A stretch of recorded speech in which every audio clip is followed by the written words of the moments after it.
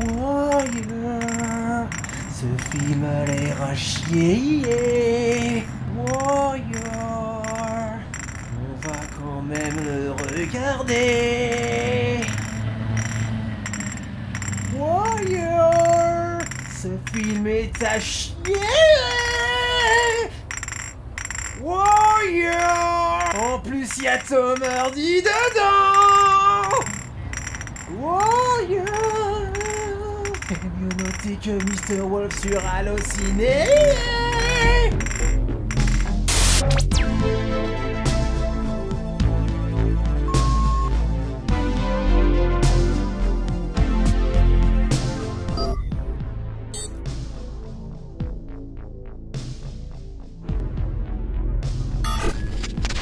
Vous l'avez compris, je ne vais pas parler de Warriors de Walter Hill.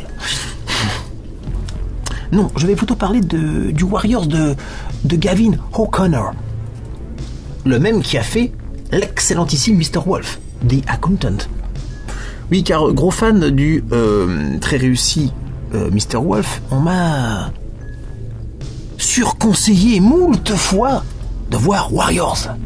T'as vu Warriors? T'as dit, oh non, c'est mieux. Ah, c'est... Alors Warriors... J'ai vite compris derrière le vernis du film bien réalisé, du bon cast, et du thème complexe de la famille déchirée sur fond de MMA, et bien qu'il se dissimulait en fait des personnages grotesques, une histoire gnangnan et des combats au rabais. Voilà, le tout nappé de patriotisme yankee. Donc c'est l'histoire de deux frères qui se font la gueule parce que c'est tellement pratique dans la vie de se faire la gueule, avec Tom Hardy qui se plaint. Non, Tom Hardy qui essaie de jouer le mec qui se plaint, pardon. Oui, t'as pas aidé maman, blabla. Bon, ils sont évidemment en conflit avec leur père, interprété par le vieux Nick Nolte, hein, le vieux père alcoolique qui ne s'est pas occupé de ses fils. L'irresponsable méchant papa qui essaie de se racheter de la manière la plus grotesque qui soit, à savoir... se bourrer la gueule et demander pardon juste après. Voilà. C'est à peu près la seule ligne de Nick Nolte. Il ne sert qu'à ça, il ne fait que ça. Brendan, hein, le frère équilibré, intelligent, bon, gentil, respectueux, magnanime. Cherchez pas, il n'a que les qualités. Voilà. Voilà, il n'a qu'un seul défaut, c'est de ne pas avoir de pognon. Et accessoirement, c'est une bête de combat. Bon. Ce qui est plutôt logique puisqu'il n'a que les qualités. Et donc son frère, interprété par Tom Hardy. Tom Hardy, alors, calme-toi. Calme-toi. Je vais y venir. Pas tout de suite. Voilà, il joue un duro gros cœur, tu vois. Hein, qui a déserté l'armée parce que c'est pas bien. C'est un homme de principe à la générosité infinie, qui n'a d'égal que son niveau en combat. Lui aussi. Oui, il veut donner l'argent des combats à la femme de son meilleur ami mort dans une bavure en Irak. Bah le mec, quoi. Hein? Et puis attends, c'est pas tout. On apprendra par la suite que sur le chemin, en désertant, il a sauvé des GIs, des Marines. Il a sauvé des Marines de la noyade. Ah, mais anonymement, hein. Parce que la gloire, lui, c'est pas... Le mec est un bulldozer. Hein. Il finit tous ses combats en moins d'une minute. Voilà. Puis il quitte le ring sans applaudissements, c'est genre... Je m'en fous, moi, tu sais. Moi j'ai un but dans la vie. C'est tout donner à la famille de mon pote, tu vois. Je m'en fous de gagner. J'y peux rien si je suis le meilleur. On n'a pas les mêmes valeurs, c'est tout. Personnage improbable, hein. Même dans Marvel, t'as pas ça. Bon. Faut absolument que j'envoie un texto à Chuck Norris. Vache. Ouais, j'ai son 06, ouais. Alors s'il n'y a pas d'histoire... Bah, il devrait y avoir au moins des combats. Hein? De la bagarre. Non. Faux, nul. Non, c'est de la merde. Voilà. Donc comme par hasard, les deux frères vont s'inscrire dans la même compétition de MMA, hein. Faut pas être fan du UFC, hein. Moi j'en regarde depuis 94. Ça ressemble pas à ça, hein.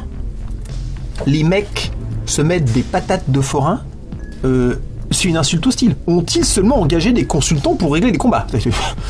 Franchement, rematez-vous plutôt un petit match de boxe. Klitschko contre Lennox Lewis, par exemple. Un petit Zambidi Shade, tu vois. Une petite rétrospective de Rob Kaman. Un best-of de Ronda Rousey, n'importe quoi. Même un match avec Nick Diaz, c'est mieux. Et Dieu sait qu'il est mauvais. Warrior ou le mépris du sport. J'aurais dû appeler ma critique comme ça, je crois. Tu vois, c'est un peu comme les combats pourris des années 90 qu'on a beaucoup critiqué avec Van Damme, par exemple. Mais bon, Bloodsport, c'était en 88. C'était pas réaliste, mais il y avait du spectacle. Il y avait une touch, tu vois. Là, 23 ans plus tard, ils te pondent un truc moins intéressant. Car le côté réaliste n'y est toujours pas, et le côté spectaculaire a été renversé par une caméra qui tremble, en fait. Ça a été remplacé par rien. Voilà.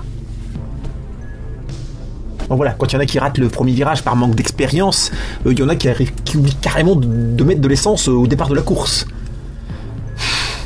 Le ratage intégral. Le ratage intégral. Il y a une blague à un moment donné. La demi-finale. Ils affrontent le challenger russe. Ah mais oui, c'est parce que la Russie, c'est la Russie, c'est méchant la Russie. Les gars, on se croirait dans Rocky 4, la blague. Donc t'as le russe qui arrive, le russe interprété par un américain. Donc voilà. Mais c'est un pratiquant de MMA, hein. Non, de catch.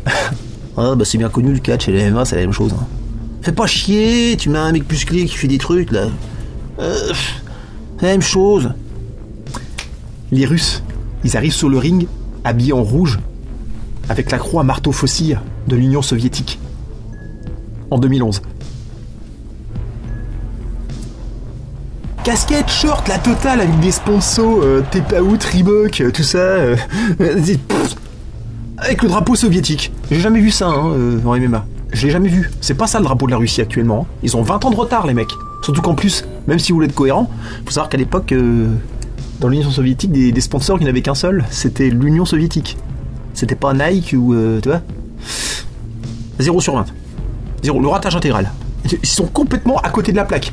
Parce qu'au passage, niveau style de combattant, c'est plutôt l'inverse. C'est souvent l'américain qui est bodybuildé, beau gosse, qui travaille son look, tu sais, qui a vachement de swag. Tu vois, et c'est plutôt les Russes qui ressemblent à des gitans qu'on vient de réveiller, quoi. Tu vois, comme le frère de Fedor, hein, avec des vieux tatouages dégueulasses de la mafia.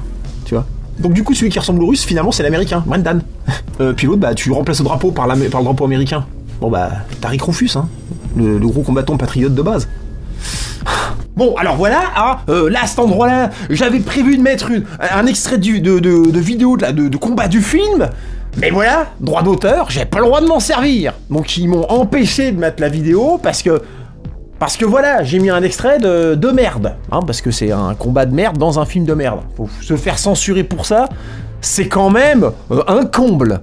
Si vous voulez voir le combat, vous pouvez, il est disponible sur YouTube en fait, hein. Il suffit que vous tapiez Warrior combat, puis vous allez voir à peu près ce que je voulais vous montrer donc.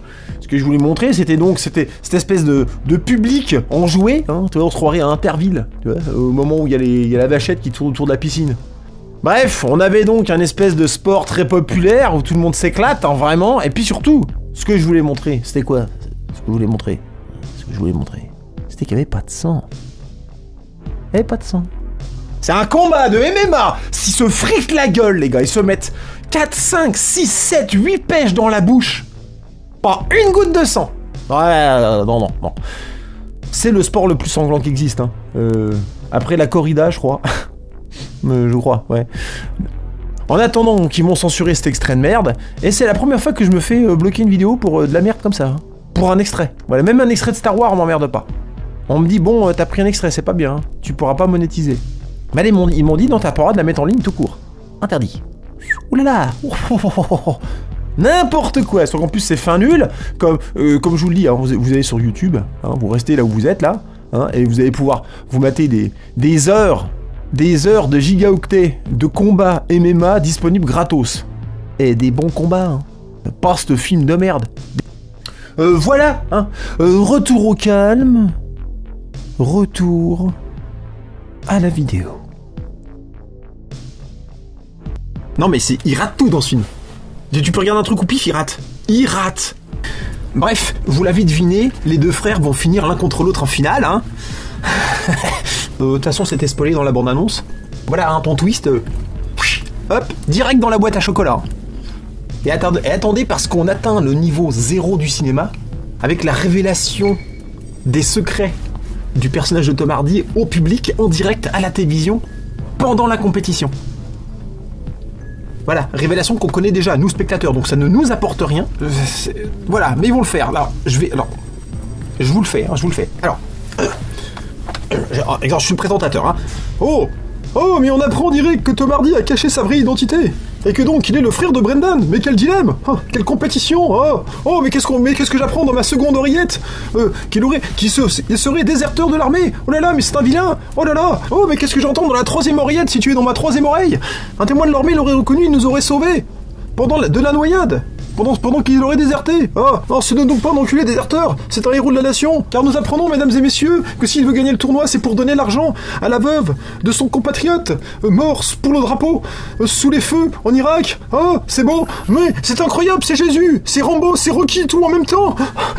Dieu existe, Dieu est là, et c'est Tom Hardy qui joue le rôle.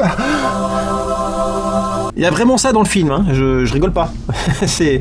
Quand je dis que c'est un film qui est un exemple de ratage intégral, c'est monumentalement incroyable. Chaque fois que je fais des chroniques, je me dis, je vais pas trouver un film qui fait pire, tu vois, pire que Covenant, pire que... Si, c'est possible. Alors toi, à un moment donné, je me suis dit, il y en a un des deux frères qui va peut-être mourir pendant le combat, à la finale. Mais non, même pas. T'as Brendan qui lui fait une soumission, puis ils repartent tous les deux, bras dessus, dans les vestiaires. Fin.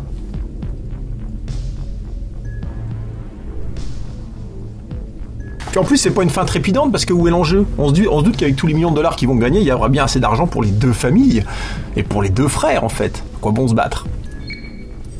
Climax de merde, fin ratée. Tout dans ce film est raté. Et il y a des gens qui me le conseillent, qui me disent tu vas voir, il est super bien. Tu vois, la réalité, elle est mieux des fois. Regarde les frères Klitschko, ils avaient promis à leur mère de jamais se battre l'un contre l'autre. Tu vois, il y a des trucs beaux qui se passent. Il n'y a pas besoin d'aller chercher dans ce film. Surtout pas. D'ailleurs, il n'y a rien qui se passe dans ce film. La résolution de Nick Nolte, il ne se passe rien. Le père n'a servi à rien depuis le début, à part chialer et se bourrer la gueule. Puis à la fin, il fait ouais. Pauvre Nick Nolte.